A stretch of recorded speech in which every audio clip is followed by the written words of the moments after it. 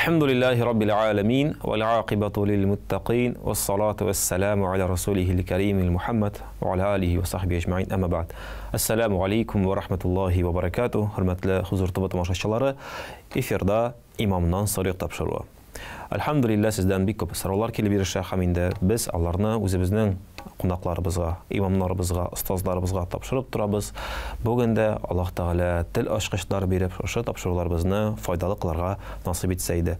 Eğer daha sorularınız qalsa albatta allarını bizge yollay alasız. Endi hürmetli huzur tıbı tamaşaçıları, bugün bizning studiyaga kelgan qonaq bilan tanıştırib vaqt jetgandir inşallah. Bizde qonaqda Qazanımızın Salah Masjidinin imam hatibi Temirgali Hazret Yoldaşov. Temirgali Hazret, Assalamu aleykum ve rahmetullahi ve berekatuhu. Aleyküm selam ve rahmetullahi ve berekatuhu. Endi Allah Teala şundan da şu tapşırığımızı faydalı kılsaydı. Bismillah. Bugün bizning tüp tema Hazret o dua bulur. Hem indi bizning tamaşaçılarımızdan kelip erişken sorularga köçkänçe Менә бу шушы тапшыруның асылы булган дуга турында бер ике сүз әйтеп китсәгез иде. Гомумән, нәрсә ул дуга? Дуга ул гарап сүзе, дуа дигән сүздән алынган, да'a, шакыру, өндәү, өндәшү, сорау дигән мәгънәдә бирелә инде. Аннан соң инде дуга Пәйгамбәр саллаллаһу хадисе бар. Дуга мухул ибадә дигән. Дуга ул гыйбадәтнең җилеге дигән. Дуа силахул муъмин, дуа ул муъминнең коралы дигән. Аннан соң дуа ул тақдирне үзгәртә шулай ук тақдирне үзгәртә ала дигән хадислар бар бит инде.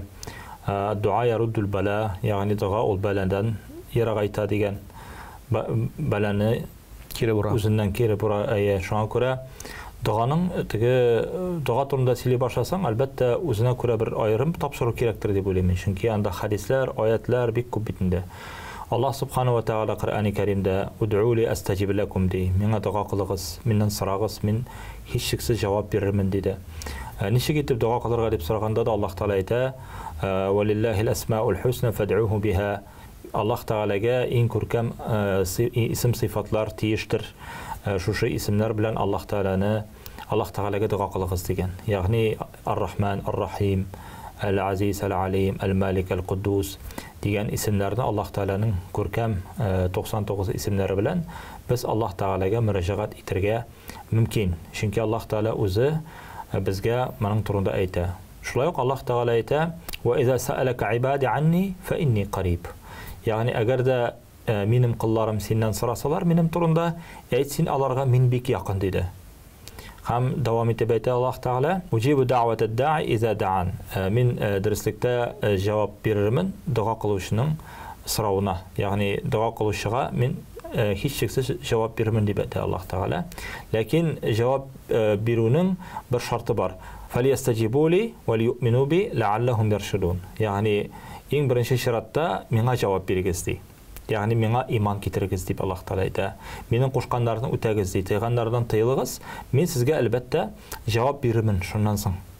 Әгәр дә кеше мәсәлән харамнан тыела алмаса, Аллаһ Тааля кушканнарын үтәмәсә, белгәнебезчә башка хадисләргә таянсак, мәсәлән, бер кеше турында сахрада калган, авыр хәлдә, теге аш, мохтаҗлык хәлдә калган, тузанга баткан, якын тирәдә бер нәрсә юк. Хәзер инде аны теге үлем янаган вакытта ул Рабби Рабби дип, "Я Раббым" дип дуа кыла башлый икән, "Коткар мине" дип. Ләкин ана ашаган ризыгы харам ди, кигән киеме харам ди. Гамәлләре харам. Барысы да харам дип әйтә Аллаһ Тааля шушы хадистә. Пәйгамбәр саллаллаһу ничек аңа Аллаһ Тааля җавап бирсен инде ди. Шуңа күрә дуаның теге дуа кылганда да аның шартларын үтәү мөһим. Әгәр дә син шартларын үтәсәң, хәләл ашап, Аллаһ Тааляның кушканнарын үтәп, кеше рәнҗетмичә, дөрес тормыш рәвешен алып барсаң, иншаллаһ Аллаһ Тааля рәхмәтеннән калдырмас. Ләкин барыбер Аллаһ субханаһу ва тааля бик мәрхәмәтле зат дип әйтәсем килә. Никадәр кеше азса да, никадәр кеше гөнаһ кылса да, Аллаһ Тааля барыбер көтә безнең тәүбәләребезне, көтә безнең дуаларыбызны. Белгәнебезчә теге Исра сүрәсендә килә шундый бер кыйсса, кайда диңгез уртасында кала бер төркем халык карапта.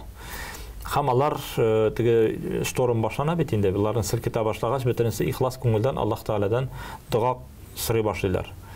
Ләкин Аллаһ Таала әйтә, без буларны коткаргач ди, ягъни буларны ярга чыгаргач, шунда ук Аллаһ Тааланы онытып күфрлек китерәләр ди. Ягъни күфрлек мәгънәсе монда теге шөкерсез мәгънәсе. Шөкерсез булалар дип әйтә Аллаһ Таала. Ягъни кичә нәрсә кылган, кичә кылган дугасын оныта ул ди. Кичә нинди авыр хәлдә калганын оныта ул һәм яңадан шул гынах юлына баса ди. Әллә бу кешеләр уйлыйлармы ди, иртәгә яңадан карап утырмаслар дип. Ягъни әллә кай вакытта кеше уйлый, менә әлхәмдүлилләh коткарды Аллаһ Таала, әлхәмдүлилләh дип әйтсә, ләкин менә Аллаһ Таала коткаргач, сөк котылдым, бүтән проблема булмас, теге сөенә башлый, тормышын дәвам итә башлый, гынахларын, шул ук гынахларын дәвам итә башлый.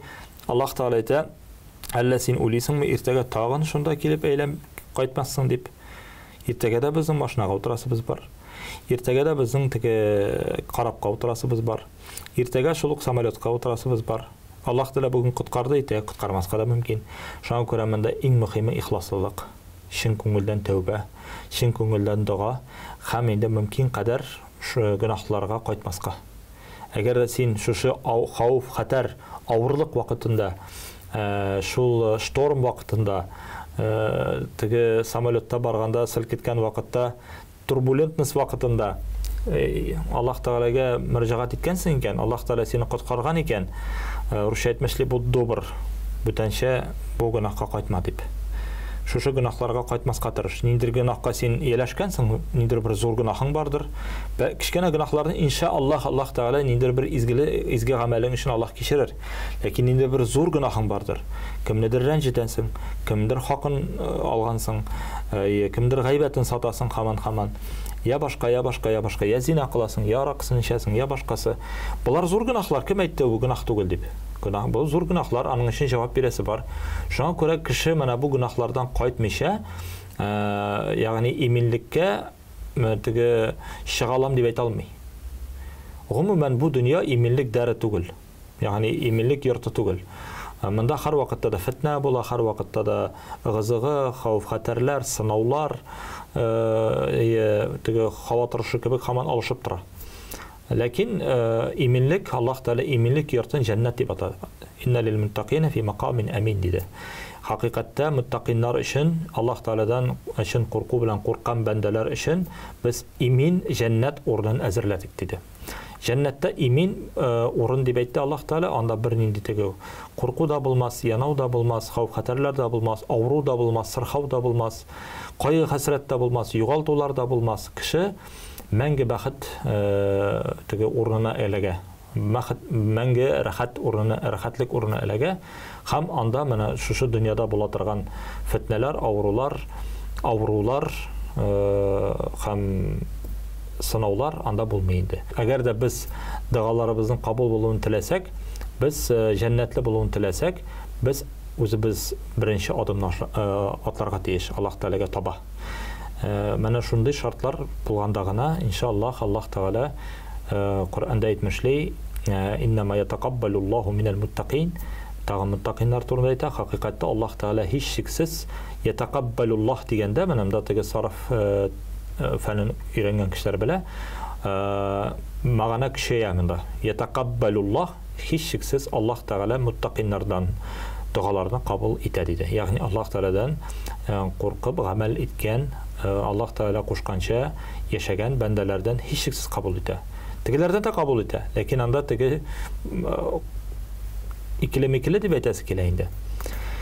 Ләкин әгәр дә чыннан да минем дуам кабул булдымы, юкмы дигән сорауга, менә шушы аятлар безгә җавап бирә, менә бу хадисләр дә безгә җавап бирә дип әйтәсе килә. Чыннан да әлхәмдүлилләh, дуа мәсьәләсенә килгәндә, инде ул Раббыбыз каршында шундый бер гыйбадәттә булып тора бит инде, һәм бигрәк тә бик якын гыйбадәт, чөнки күп кенә гыйбадәтләрне, намаз булсын, башка гыйбадәтләр булсын, без гарәп телендә үзебез аңламаган телдә кылсак та, дуаны үзебезнең телдә кылу хәерлерәк дип әйтәләр. Һәм бу кайсы як белән, ни як белән шулай тиеш, менә теге дуаны үз телегездә кылыгыз дигән сүз ишеткән бар. Дуа ул сорау дип әйттек бит инде. Мөрәҗәгать итү Аллаһ Таалага. Шуңа күрә дұға аның бар әдәпләре. Бірінші әдәбі ол Аллах Тағалаға хамсәнәләр әйту. Қолны көтерәсің да башта бисмиллахи, алхамдулиллахи, вассалату вассаламу аля расулиллах дип әйтсәң дә була. Ягъни Аллах Тағалаға мөрәҗәгать иткәндә бисмилlah әйтеп, хамсәнә, алхамдулиллах дип әйтсәң дә, яки алхамдулиллахи раббил аламин тутырып әйтсәң, аннары вассалату вассаламу аля расулина Мухаммадин ва аля алихи ва асхабихи аҗмаин дип тутырып әйтсәң дә яхшырак. Ул дұға хамс сәнә, хам салават белән башларга тиеш. Хамс сәнә белән, хам салават белән башланган дұға, хам салават белән, хамс сәнә белән тамамланган дұға, иншаллах, һич шиксез кабул булачак дип әйтелә галимнәрнең китапларында. Мин ялгышмасам, ул хадистә дә шундый теге фикер бар. Хадисләрдә дә килә ул мәгънә. Шуңа күрә дұғаның әдәпләрен, шушы әдәпләрен үтәргә кирәк. Аннары нинди телдә сорасаң да сорарга мөмкин. Ләкин Пәйгамбәрбез саллаллаһу алейһи ва саллям әйтә: "Ла тад'у аля анфусикум", үзегезгә үзегез каршы дұға кылмагыз диде. "Фа иннал малаиката ю'минуна бима тaqulun". Хакыйкатта фәрештәләр алар амин дип торалар сезнең һәрбер әйткән сүзегез өчен диде. Шуңа күрә үзегезгә каршы дұға кылмагыз. Үзегезгә ләгънәт укымагыз. Үзегезгә үлем теләмәгез. Иң беренче чиратта менә шушы дұганың әдәпләреннән башларга кирәк. Бу бер булды. Икенчесе үз телеңдә гарәп телендәме, әлбәттә Пәйгамбәрбез саллаллаһу алейхи ва салламның кылган дұгалары бар. Бу дұгалар хадисләрдә теге мәгълүм. Алар бар, аларны эзләп табырга була, хәтта айрым китаплар да бар. Пәйгамбәр саллаллаһу алейһи ва салламның кылган дұгаларыннан. Коръәни Кәримдә бихисап дұгалар бар. Раббана белән башланган битендә име, Аллаһумма дигән бар инде. Шуңа күрә, әгәр дә без иң беренче чиратта әдәп белән бәйлибез икән дұгабызны, иң беренче чиратта без өйрәнергә тиеш дұганы кылырга Коръәндә килгәнчә. Ягъни гарәп телендә Коръәндә килгән дұгаларны укыйбыз. Белмибез икән, китаптан да карап укырга була. Проблем түгел. Икенчедән, Пәйгамбәр саллаллаһу алейһи ва салламның дұгалары бар. Ул кылган, ягъни тормыш дәврендә кылган дұгалары бар. Ул дұгаларында кылу бик мустахаб. Чөнки Пәйгамбәр саллаллаһу алейһи ва саллям бу дұганы кылган дип син дә кыласың икән, икеләтә әҗр аласың. Беренчедән дұга өчен, икенчедән сөннәт. Ягъни Пәйгамбәрбез шулай дұга кылган дип. Шуңа күрә, әгәр дә без шушы әдәпләрен үтәсәк, бу әлбәттә нур өстенә нур була.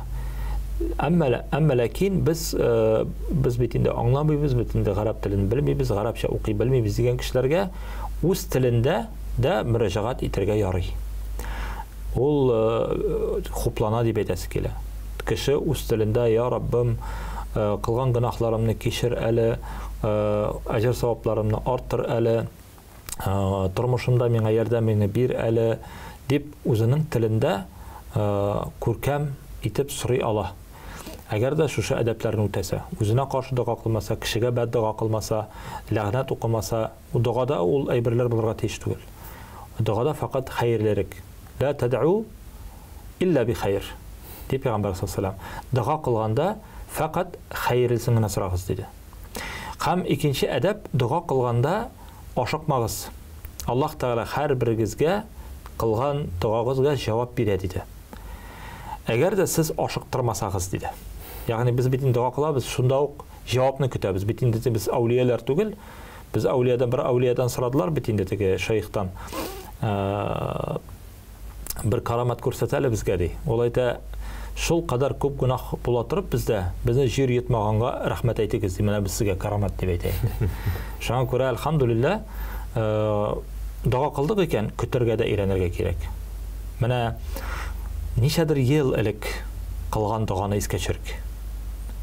Бүгенге көндә аның теге җимешләре күренә. Кайчандыр нәрсәдер сорадың, Аллаһ Тәгалә бүген сиңа бирде аны. Ничә бирмәдемени? Бирде бит инде. Алхамдулилlah дип әйт. Аллаһ Тәгалә сиңа бөтен сораганыңны биреп барды. Ниндер әйберләрне Аллаһ Тәгалә бәлки сиңа бирмәгәндер, ахиратка калдырды. Чөнки бу дөньяда сиңа бу зарарлы. Мәсәлән, син сорадың күп итеп байлык, сорадың падишаһлык, власть. Ләкин Аллаһ Тәгалә аны сиңа бирмәде, сиңа хәерлесен теләп, чөнки син һәм синең эштәге булган барлыгың дип әйтергә кирәк, аңа әзер түгел. Чөнки син әгәр дә күп акчалы булсаң яки властька менсәң, анда син әлбәттә бозылачаксың. Аллаһ Тәгалә синең калбыңны белә. Шуңа күрә сине ярак әйтте. Сиңа яхшылык теләп, бу кылган дуаңны патшалык буларак җәннәттә бирер иншаллах. Кайсы хәерлерәк? Җәннәтме? Син бу дөньяда патша булуыңмы, яки ниндер бер мәртәбәгә җитүеңме, яки акчалы булуыңмы? Әлбәттә җәннәт. Шуңа күрә икенче вариант дуа әлбәттә кабул ителә, ләкин ахиратка күчерелә. Өченче варианты бар аның. Аллаһ Тәгалә аны шулай ук кабул итә, ләкин сиңа теге яки бу әйберне шулай ук бирмәскә мөмкин, ләкин ниндер бер бәладән коткара ул сине. Син ниндер бәла киләсе булган сиңа. Ләкин син дуа кылгансың кайчандыр, сорадың нәрсәдер. Теге уксый җылап сорагансың. Аллаһ Тәгалә шул ихласлыгыңны күрде дә, ниндер бер киләсе бәладән сине коткарды. Шуңа күрә менә бу әдәпләрне дөрес итеп алып бара алсак, безнең иншаллах дуабызның нәтиҗәсе булыр. Иншаллах шулай булсын.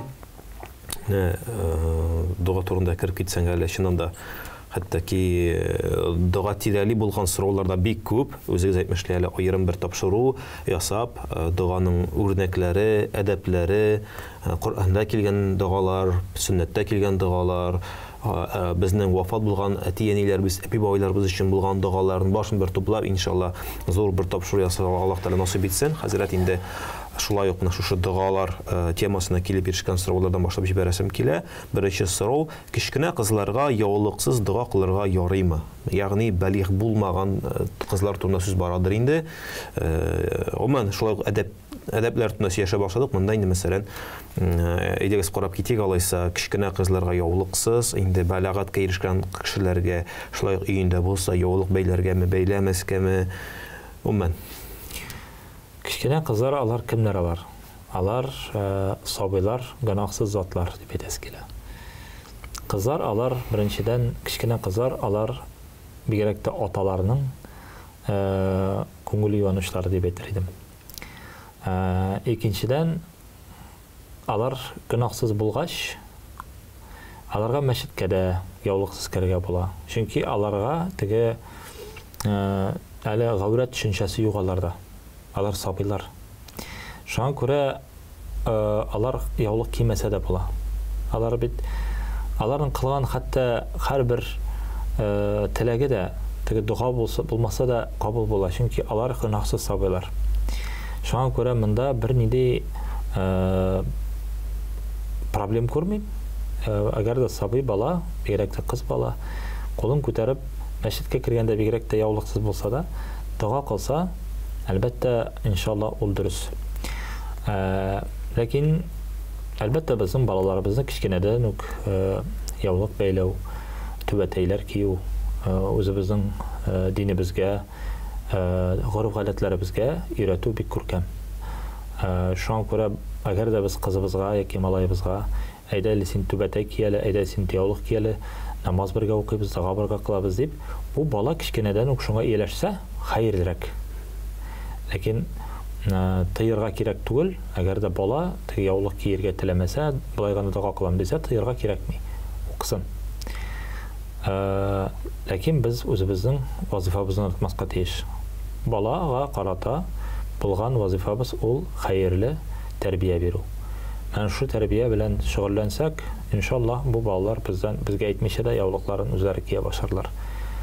Ләкин менә бу сорауга килгәндә, монда проблем мин күрмим. Алдагы бик кызыклы сорау. Иншаллах сездән беренчектә булса ярып чыгарбыз дип уйлыйм. Озон сорау. Без аларны шул өлештергә бүлеп, иншаллах тикшереп карабыз.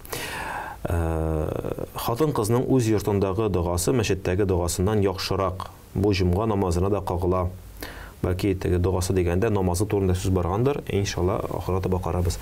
Шулай белгиле булганча, ул җомга көнне әгәр дә җәмәгать белән бергә дуа кылмаса, ягъни җәмәгать белән бергә өйлә намазы, җомга намазын укымаса дип аңларга кирәк. Өйлә намазын укый икән, ул өйлә намазы белән бергә башкарыла торган ирекле сөннәт гамәлләрен дә башкарырга тиешме, бурычлымы? Әллә җомга көненең үз чишелеше бармы? Менимчә инде хәзрәт монда дуга турында түгел, нәкъ менә намаз турында сүз барадыр. Ягъни хатын-кызның намазы дип әйтик инде. Өйдә менә сезнең белән бу сорауны бергәләп карап чыгабыз. Кабаттан укыйм, карагыз. Билгеле булганча, хатын-кызның үз йортындагы дугасы мәчеттәге дугасыннан яхшырак. Бу җомга намазына да кагыла. Менә җомга намазына да кагыла дигәч, бу әлбәттә. Аннан соң нәрсә бара? Шулай билгеле булганча, җомга көнне әгәр дә җәмәгать белән бергә дуга кылмаса, өйлә намазын укырга тиеш. Юк, андый нәрсә юк. Минемчә, җәмәгать белән җомга намазын укымаса, өйләне укырга тиеш дигән сүз барадыр. Юк. Безнең Ханафи мазхабы буенча әгәр дә килсәк, безнең бар ихтияти намаз дигән җомгада. Чөнки җомганың бар шартлары, безнең бөтен шартлар туры килә. Бер әйбердән кала солтан юк. Ягъни нидер бер аерым бер әмирлек юк бездә. Шуңа күрә солтанлык булмагач, бездә элеккеге татар бабаларыбызда җомгадан соң 4 рәкъат өйләнең укыйлары да ихтият өчен. Менә бу ихтият өчен укыла торган намаз дип әйтергә кирәк. Ул теге безнең әйткәндә страховка була инде. Җомга әгәр дә менә бу шартлар үтәлмәгәнгә күрә җомга кабул булмаса, мин менә өйлә намаз укыдым. Ләкин әлхәмдүлилләһ инде бүген көндә безнең бит инде фәтвәләр бар. Шуңа күрә бер җомга намазын укып кына безнең намаздан китер иншалла.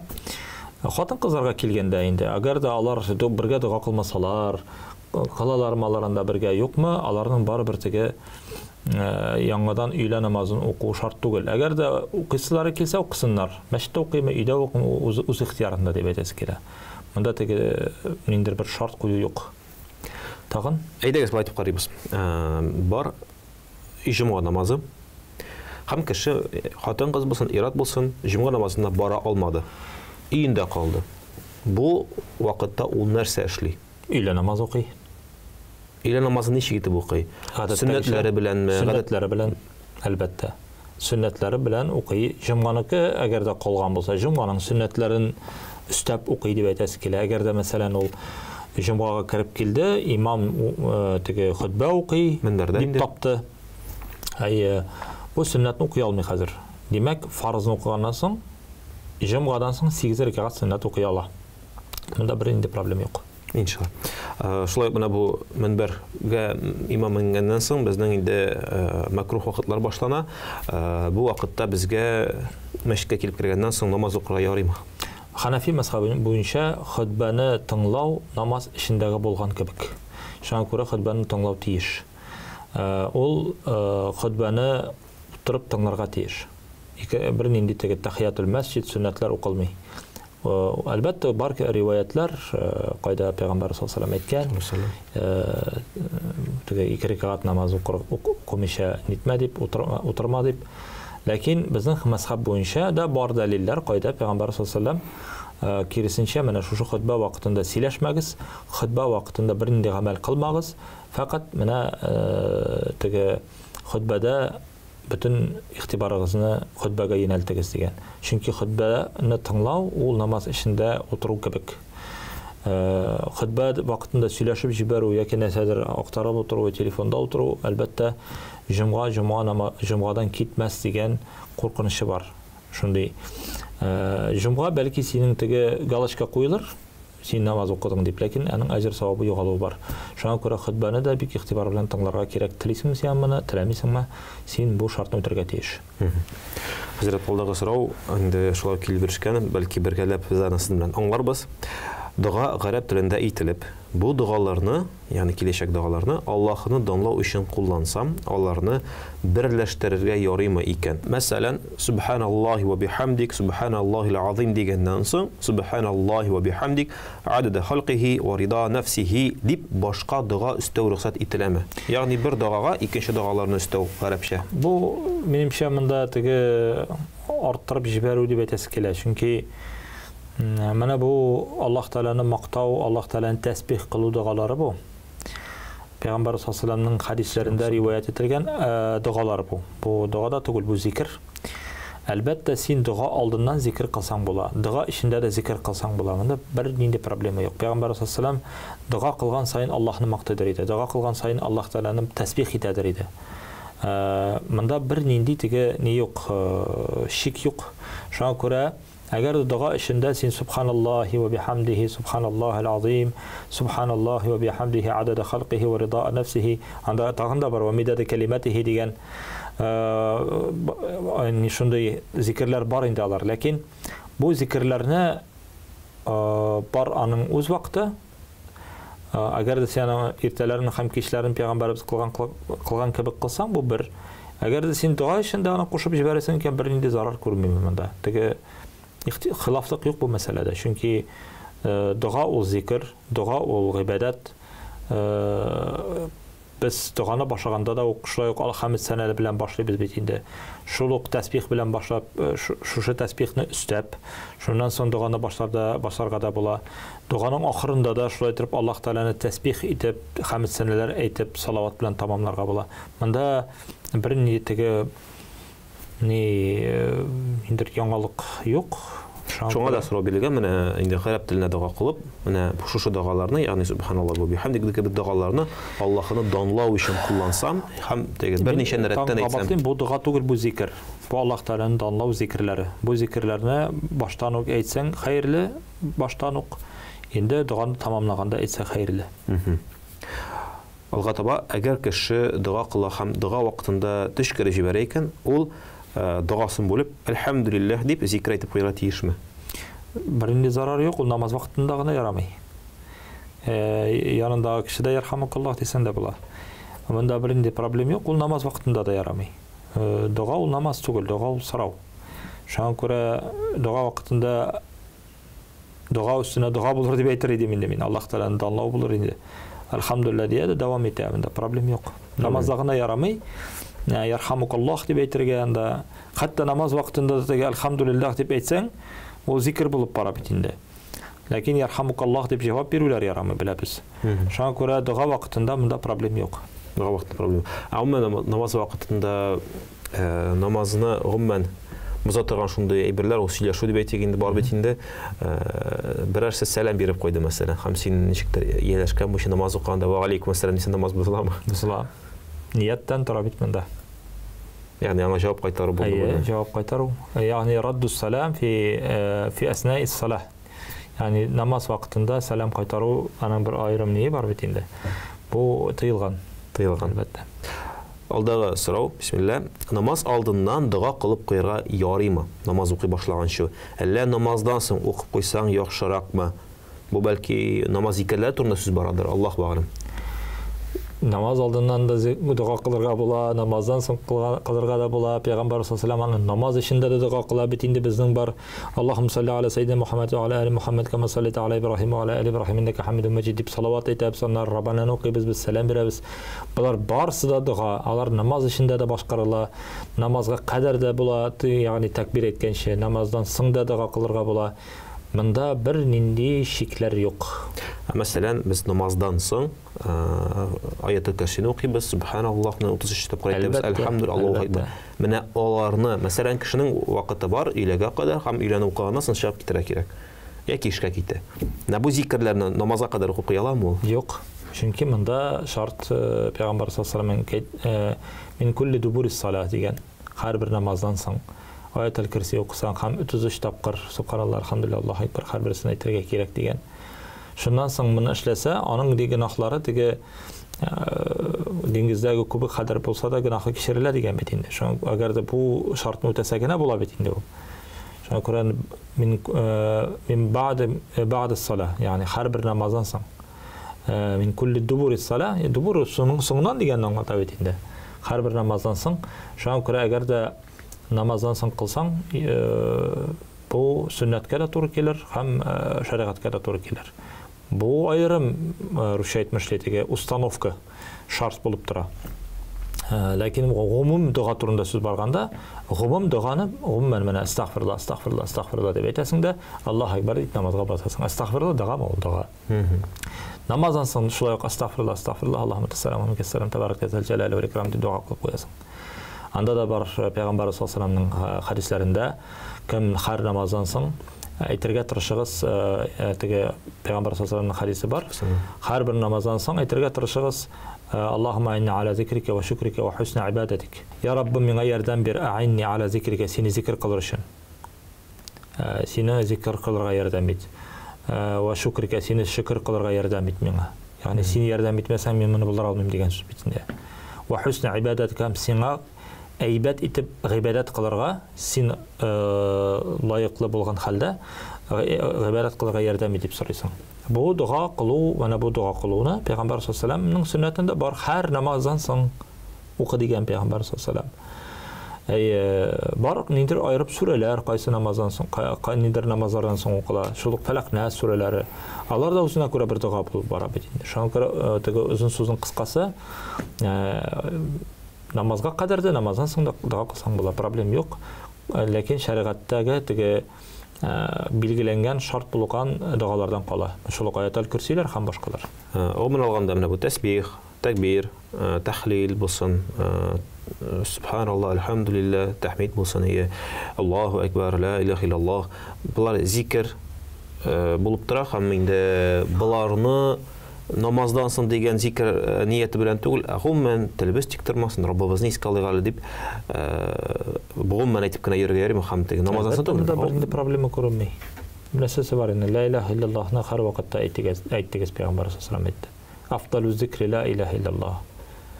Иң хәерле зикр ла илаха иллаллах. Аны даими рәвештә әйтеп бирсеннәр дигән Пәйгамбар саллаллаху алейхи вассалам.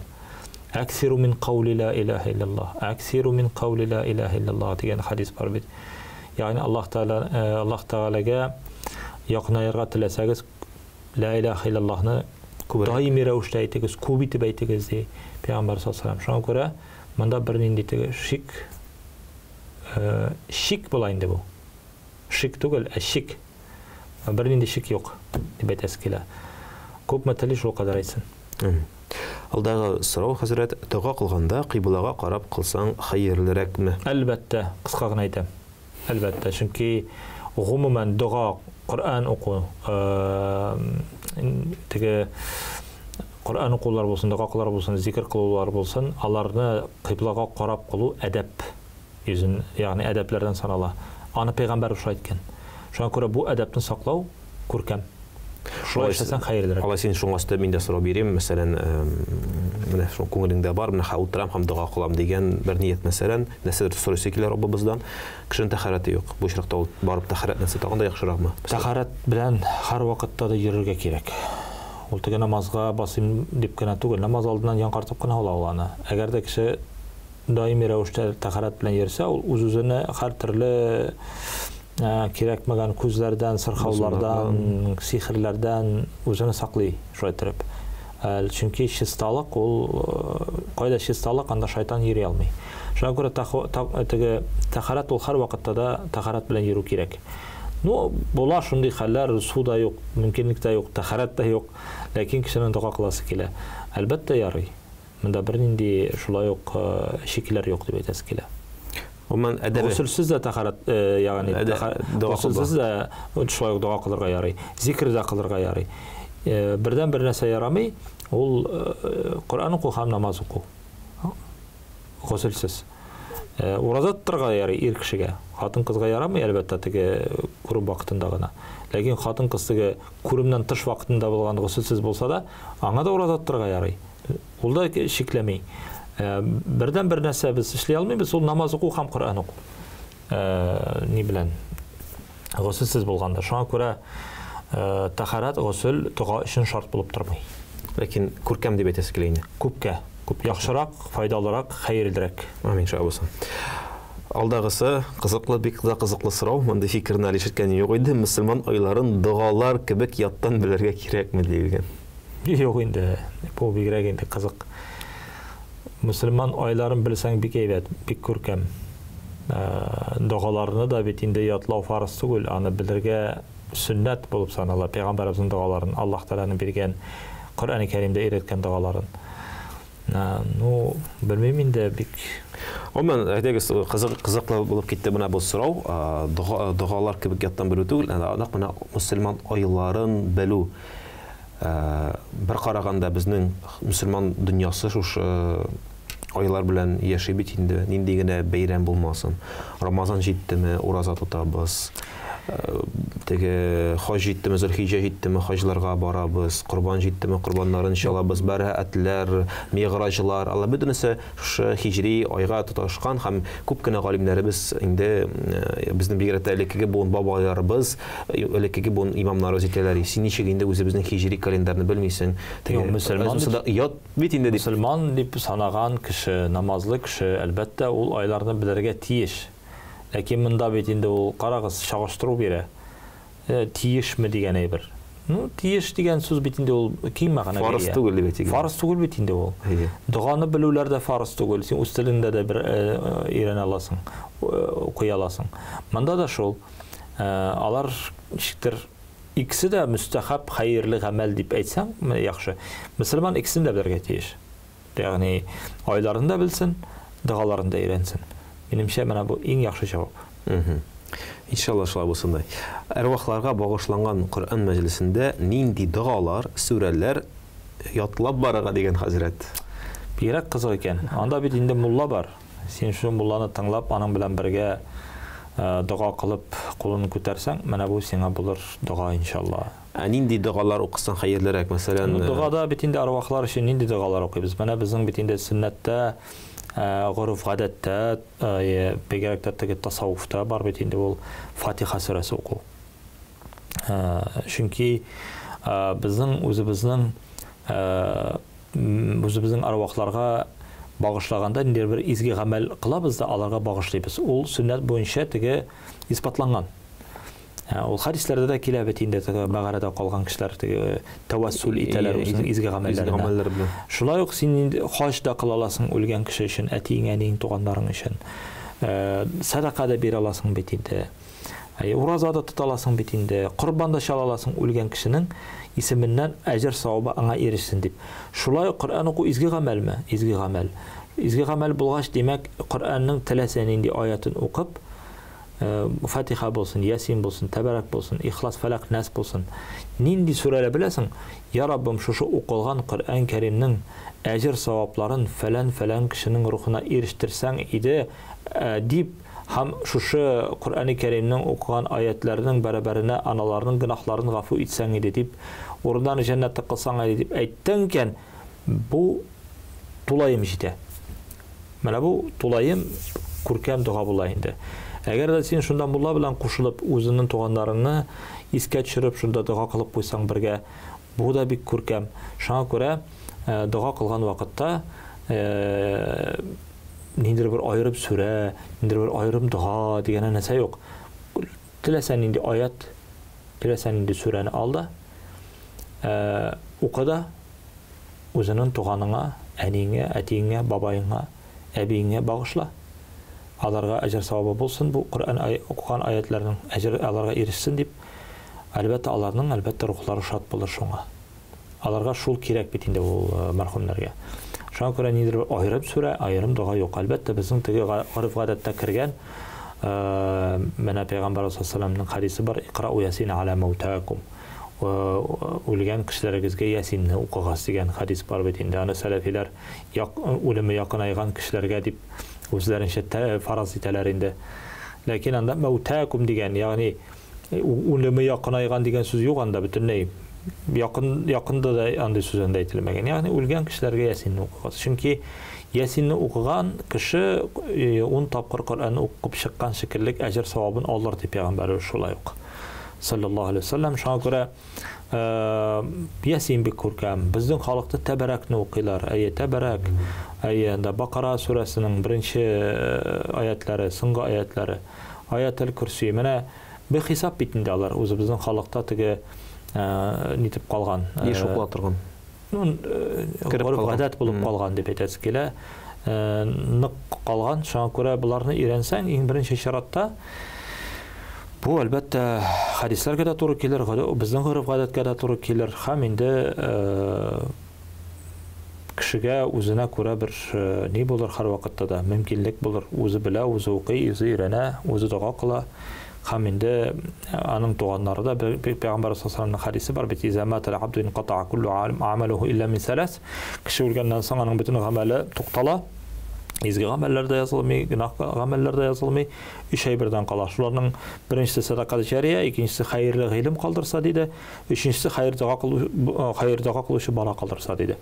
Менә бу бала, әгәр дә синең өчен шул бер ясинне укып, яки Фатиханы укып булса да, әтимне, әнимне гынахын гафу ит әле дип шушы Фатиха сурасының әҗр савабын аларга ирештер дип әйтсә, бу әтияне бик бәхетле һәм без үзебезнең балаларыбызны шуңа күрә дә инде бездән соң дуа кылсыннар дип аларны шул рухта тәрбияләргә тиеш. Хәзрәт, безнең инде менә алхамдулилlah хәзер шушы сорауларын бирүчеләр дә гомумән безнең телевизорны кабузучылар да күрәләр. Менә сез хәзер инде дуа кылу турында әйтеп киттегез. Идегез нур өстенә нур булсын. Шулай итеп без үзебезнең тапшыруны тамамлыйк әле. Үзегез әйткән тәртип буенча үзебезнең вафат булган әти-әниләребез, кыз туганнарыбыз, ир туганнар өчен бер дуа кылып куйсак, сүрә укып, дуа кылып куйсак, иншалла, нур өстенә нур булыр. أعوذ بالله من الشيطان الرجيم بسم الله الرحمن الرحيم الحمد لله رب العالمين الرحمن الرحيم مالك يوم الدين إياك نعبد وإياك نستعين اهدنا الصراط المستقيم صراط الذين أنعمت عليهم غير المغضوب عليهم ولا الضالين صدق الله المولانا العظيم سبحان ربك رب العزة عما يصفون وسلام على المرسلين والحمد لله رب العالمين الحمد لله رب العالمين والصلاة والسلام على رسولنا محمد وعلى آله وأصحابه أجمعين يا رب الله أشبو قلمش كلام شرف لرن صوم باغشدق جيرزنا رحمت شجبر المش پیغمبرimiz Muhammed Mustafa sallallahu aleyhi ve sellem rıhbaqlarına bizim peygamberimizge hatta kelip ketken barcha peygamberlerimizin, ustazlarımızın, maşayixlarımızın, tabiğin, tabiğinlerin ruh şereflerine bağışladık.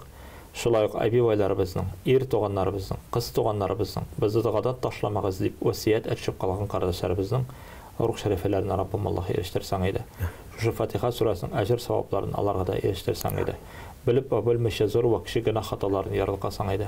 Ahir urunlarını cennete kılsan idi ya Rabbil Alemin. Özün kabul et, dünya ahiret rahmetlerinden taşlama. Rabbena atina fid dünya haseneten ve fil ahireti haseneten ve qina azabin nar. وصلى الله على سيدنا محمد وعلى آله وأصحابه أجمعين والحمد لله رب العالمين برحمتك يا أرحم الراحمين آمين. Rabbimiz Allah kabul kılsın. Şimdi şuşunda kelgeniz için, anlatkanınız için Rabbimizden de bizden de inşallah bir rahmetler yetişsin, kabul kılınsın. Tapşırız faydalı olsaydı bizden için de, bizden tamaşaçılarımız için de. Şimdi ise güzel çırağımız hürmetli huzurlu tamaşaçıları bugün bizde konakta yaratkan Hazretimiz. Өзіміздің қазанымыздың Салах мәшетінің имам хатибы Темирғали Хазірет Юлдашев еді. Темирғали Хазірет мұнда келгеніңіз үшін, аңлатқаныңыз үшін иншалла сізге рахмет. Сау болашабыз. Ассаламу алейкум ва рахматуллахи ва баракату. Алланың рахметінде болыңыз. Ва алейкум ассалам ва рахматуллахи ва баракату. Hürmetli huzurlu tamaşaçıları, efirde İmamdan Sadiq tapşırığı idi. İnşallah biz sizden bilen kilesi şirata kadar sağ bulaşabız. Allah'ın rahmetinde, selamında bulunuz. Esselamu aleykum ve rahmetullahi ve berekatuhu.